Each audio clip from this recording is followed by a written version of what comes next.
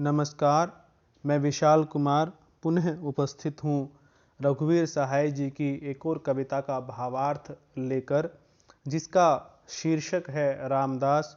और रघुवीर सहाय जी की यह बड़ी ही प्रसिद्ध कविता है और व्यक्तिवाचक संज्ञा जैसा कि उनकी विशेषता है, उसी को इसका शीर्षक भी बनाया गया है। और रामदास आम आदमी का प्रतीक है, सामान्य व्यक्ति का प्रतीक है, और उसी को केंद्र में रखकर रघुवीर सहाय जी ने यह कविता लिखी है कि किस प्रकार से यह तो कहा जाता है कि हम लोकतांत्रिक व्यवस्था में जी रहे हैं, लेकिन वह लोकतांत्रिक व्यवस्था किसी भी प्रकार से लोगों के लिए लाभकारी या लोगों के लिए हितकारी प्रतीत नहीं होती है। वह प्रतिदिन उसमें कुछ न कुछ ऐसा घटित होता रहता है कि वह सामान्य व्यक्ति की मृत्यु का कारण बनती रहती है। और इन्हीं परिस्थितियों को कवि ने इस कविता में चित्रित किया है। चौड़ी सड़क गली पतली थी, दिन का समय घनी बदली थी। देखिए, यहाँ पर स्थान का और वातावरण का चित्रण यहाँ पर रघुवीर सहाय जी कहते हैं। और चौड़ी सड़क गली पतली थी कि सड़क तो चौड़ी है, लेकिन उसके भीतर जो गली जा रही है वह बहुत ही तंग गली है। अब वास्तव में अगर इसको प्रतीक रूप में देखें तो हमें यह भी पता लगता है कि भले ही लोकतंत्र की सड़क चौड़ी नज़र आती हो, लेकिन उसके भीतर की जो गलियां हैं, जिन गलियों में सामान्य लोग रहते हैं, वे अभी भी बहुत ही संकुचित सोच से युक्त हैं।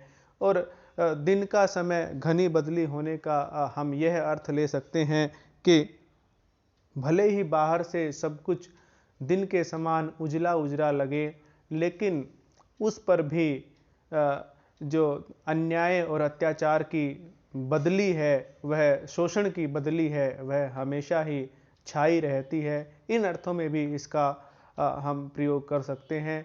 लेकिन जो कविता को यदि अभिधा में लेते हैं तो उसमें इसका अर्थ यही हो जाएगा कि इस प्रकार का वातावरण था कि चौड़ी सड़क में एक पतली गली निकल रही थी और वातावरण ऐसा था कि दिन का समय था, और लेकिन बदली छाई हुई थी। धूप इतनी खिली हुई नहीं थी, अपितु बदली छाई हुई थी। और दिन का समय होने से हम यह भी अभिप्राय लगा सकते हैं कि यह जो कार्य अब इस कविता में दिखाया जाएगा, यह दिन दहाड़े होने वाला कार्य है।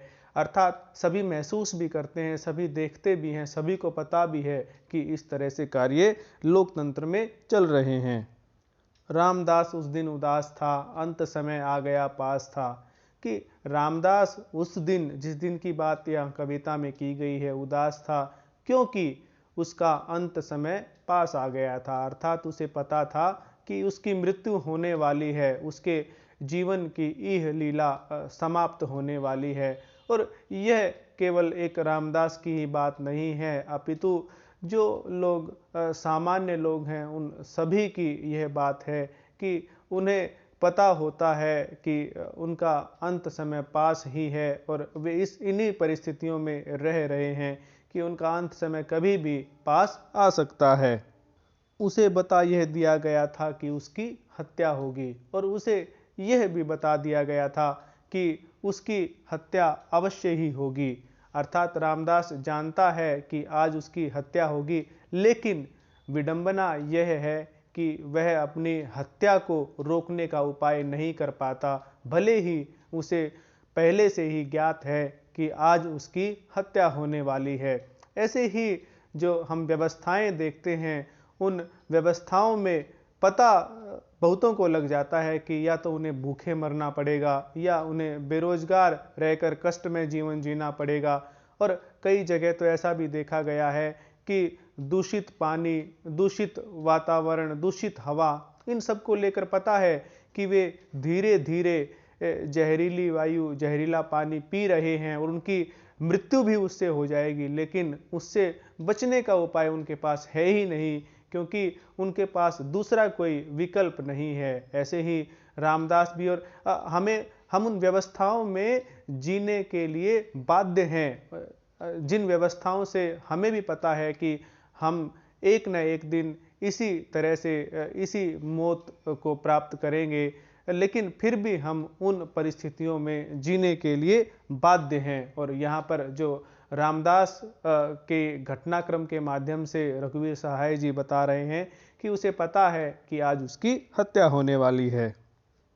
धीरे धीरे चला अकेले, सोचा साथ किसी को ले ले। वह धीरे धीरे अपने मार्ग पर आगे बढ़ रहा है और उसने सोचा तो एक बार कि वह किसी को अपने साथ ले ले। अब ऐसी स्थितियों में किसी को साथ लेने की बात व्यक्ति सोच सकता है कि ताकि उसे ढाढ़स बंधे, लेकिन जब वह सभी व्यक्तियों को अपने जैसे ही देखता है तो वह किसका साथ ले किसका साथ न ले, इस बारे में वह निश्चय नहीं कर पाता है, क्योंकि जो लोग उस जैसे ही हैं तो वह उसकी क्या सहायता कर सकते हैं, और जो लोग उस जैसे नहीं हैं वे उसकी सहायता संभवतः करेंगे नहीं। फिर रह गया सड़क पर सब थे, सभी मौन सभी निहत्थे। और फिर जो उसने बात सोची थी कि वह किसी को अपने साथ ले ले, लेकिन जब उसने देखा कि सड़क पर जितने भी लोग खड़े हैं वे सभी मौन हैं और सभी निहत्थे हैं, किसी के पास उसकी हत्या को रोकने के लिए या संकटों का सामना करने के लिए या अपराधी का सामना करने के लिए किसी के पास भी कोई साधन नहीं है। यहाँ पर निहत्थे यानी कि जो हथियारों से रहित, यानी उन साधनों से रहित हैं कि वे उस अन्याय को, उस अपराध को रोक पाएं।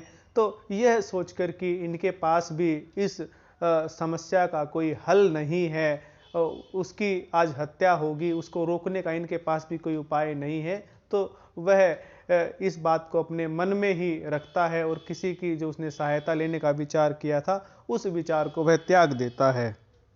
सभी जानते थे यह उस दिन उसकी हत्या होगी, और जो आसपास के लोग थे वे भी सभी लोग यह बात जानते थे कि उस दिन उस रामदास की हत्या होने वाली है। और जो सामान्य व्यक्ति की परिस्थितियां हैं, जिन परिस्थितियों में वह रहता है और उस प्रकार से वह वैसी मृत्यु प्राप्त करने को विवश है, इस बात को उसके आसपास के लोग सभी जानते भी हैं कि सभी इन्हीं परिस्थितियों में रह रहे हैं, लेकिन फिर भी उन परिस्थितियों में वे इस तरह से जकड़े हुए हैं कि वे उन परिस्थितियों से बाहर भी नहीं निकल पाते हैं। खड़ा हुआ वह बीच सड़क पर, दोनों हाथ पेट पर रखकर। और वह अपने रास्ते से जा रहा था और वह बीच सड़क पर ही खड़ा हो जाता है, अपने दोनों हाथों को अपने पेट पर रख लेता है।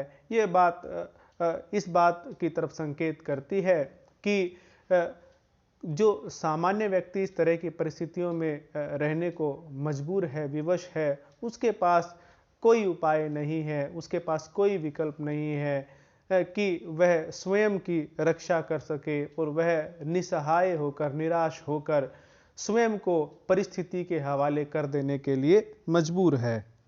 सधे कदम रख करके आए, लोग सिमट कर आंख गड़ाए।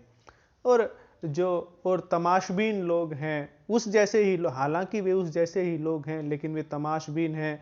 वे बड़े ही सधे कदमों से उसकी तरफ आते हैं और आंख गड़ाकर बड़े ही ध्यान से उसके साथ जो घटना घटने वाली है उसको बड़े ही ध्यान से वे देखते हैं।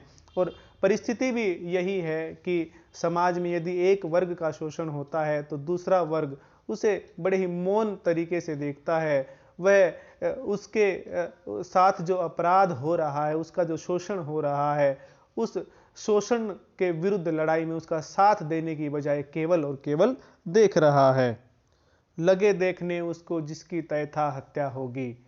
और जिस रामदास के बारे में यह निश्चित हो चुका था कि आज उसकी हत्या होने वाली है, वे उस रामदास को बड़े ही इत्मीनान से मौन होकर देख रहे हैं। निकल गली से तब हत्यारा, आया उसने नाम पुकारा, हाथ तोलकर चाकू मारा, छूटा लोहू का फव्वारा। और उसी घटनाक्रम में आगे ये बात पूर्व निश्चित ही थी। एक हत्यारा आता है, उसने हाथ तोलकर यानी हाथ साध कर चाकू मारा और रामदास के शरीर से खून का फव्वारा बह निकला। ये बात किस स्थिति की तरफ दर्शाती है कि सभी को पता है कि अमुक अमुक व्यक्तियों का शोषण होने वाला है, वे उन शोषण की परिस्थितियों के कारण किसी दिन मृत्यु को प्राप्त हो जाएंगे। तो यह सब होते हुए भी, सबको पता होते हुए भी ये सब घटनाएं घटित होती हैं, और जो इस प्रकार का शोषण है, जो इस प्रकार की हत्या है, वह दिन दहाड़े बड़े ही आराम से एक सामान्य से कार्य के रूप में और बिना किसी विरोध के या बिना किसी प्रतिरोध के, या यूँ कहें कि बिना किसी कठिनता के ये सब कार्य समाज में होते जाते हैं। कहा नहीं था उसने आखिर उसकी हत्या होगी। देखिए, यहाँ पर यही बात बताई गई है कि भाई रामदास ने या जो भी हत्यारा था उसने भी पहले ये घोषणा कर दी थी कि भाई उसने पहले ही कह दिया था कि आखिर उसकी हत्या होनी तो निश्चित ही है। भीड़ ठेल कर लौट गया वह, मरा पड़ा है रामदास ये है। और वह जो हत्यारा था, अब उसे ये विडंबना देखिए कि लोगों ने उसको पकड़ा भी नहीं, वह भीड़ को ठेल कर, भीड़ को धक्का लगाकर वह चला भी गया, और रामदास जो है वह मरा पड़ा है। ये कोई केवल एक अपराधी के रूप में घटना का चित्रण रघुवीर सहाय नहीं कर रहे हैं, ये तो एक बड़े संदर्भ में रामदास का नाम का प्रयोग कर रहे हैं, और इसको प्रतीकात्मक रूप से व्यक्त कर रहे हैं कि किस प्रकार से जब जन सामान्य का शोषण होता है और उन्हें परिस्थिति वश इस प्रकार की मृत्यु को प्राप्त होना पड़ता है, तो जो हत्यारे हैं वे हत्यारे किस प्रकार से बच निकलते हैं। इतने सारे लोगों को पता होते हुए भी कि यह हत्यारा है, और ऐसा नहीं है कि वे उसको पकड़ नहीं सकते हैं, पकड़ भी सकते हैं, लेकिन फिर भी वे मौन होकर देखते ही रहते हैं, और वे हत्यारे किस प्रकार से भीड़ ठेलकर निकल जाते हैं, और जो सामान्य व्यक्ति है उसको जो मृत्यु मिलनी थी, जिसका सबको पता था, वह घटना घटित होकर ही रहती है। देखो देखो बार बार कह, लोग निडर हो उस जगह खड़े रह। और जो आसपास भीड़ इकट्ठी हो गई थी, वे केवल इतना भर कहते कि देखो देखो ये क्या हो गया। और ये परिस्थितियां हम आज भी देखते हैं कि जब देश में, समाज में इस तरह की कोई शोषण की घटना होती है तो केवल शोर मचता है, देखो देखो ये क्या हो रहा है, क्या हो रहा है। और उसका विरोध करने का, उसका प्रतिकार करने का कार्य लोग नहीं करते हैं। लोग निडर उस जगह खड़े रह। और अब देखिए, निडर यहाँ पर व्यंग्य के रूप में प्रयोग किया गया है उन लोगों के लिए कि जो स्वयं को अब हत्या होने के बाद निडर साबित कर रहे हैं, निडर सिद्ध कर रहे हैं। और जब हत्या हो रही थी तो वे मौन, बिल्कुल भयभीत से चुपचाप खड़े थे, और अब वे निडर अपने आप को बताकर और वहाँ पर खड़े होकर क्या कह रहे हैं, लगे बुलाने उन्हें जिन्हें संशय था हत्या होगी। और वे अब उन लोगों को बुला रहे हैं जिन्हें इस बात का संदेह था कि रामदास की हत्या होगी, और वे अब यह जताना चाहते हैं कि भाई हमने जो कहा था कि इस रामदास, हम जो जानते थे कि रामदास की हत्या होगी वह ठीक था।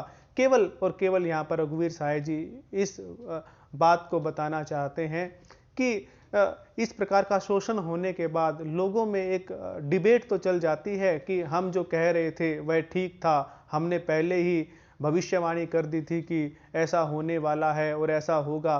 केवल इसी बात के ऊपर विचार विमर्श करते हैं। वे इस बात के ऊपर विचार विमर्श कभी नहीं करते हैं कि इन परिस्थितियों को सुधारा कैसे जा सकता है, इन परिस्थितियों को ठीक कैसे किया जा सकता है। तो कुल मिलाकर रामदास सामान्य व्यक्ति का प्रतीक है, और जो उसकी हत्या है वह शोषण का कुचक्र, अत्याचार और अन्याय का कुचक्र है, जिसके कारण उसे, चाहे वह बेरोजगारी से, चाहे वह भूखमरी से या किसी और अन्य परिस्थिति के कारण उसकी मृत्यु हो, वह सब उसकी हत्या के रूप में ही रघुवीर सहाय जी इस कविता में लेते हैं। तो यह था इस कविता का भावार्थ, और उम्मीद है कि आप सभी को समझ आया होगा। और आप अपने कमेंट्स भी, अपने विचार भी कमेंट बॉक्स में अवश्य लिखा करें। धन्यवाद।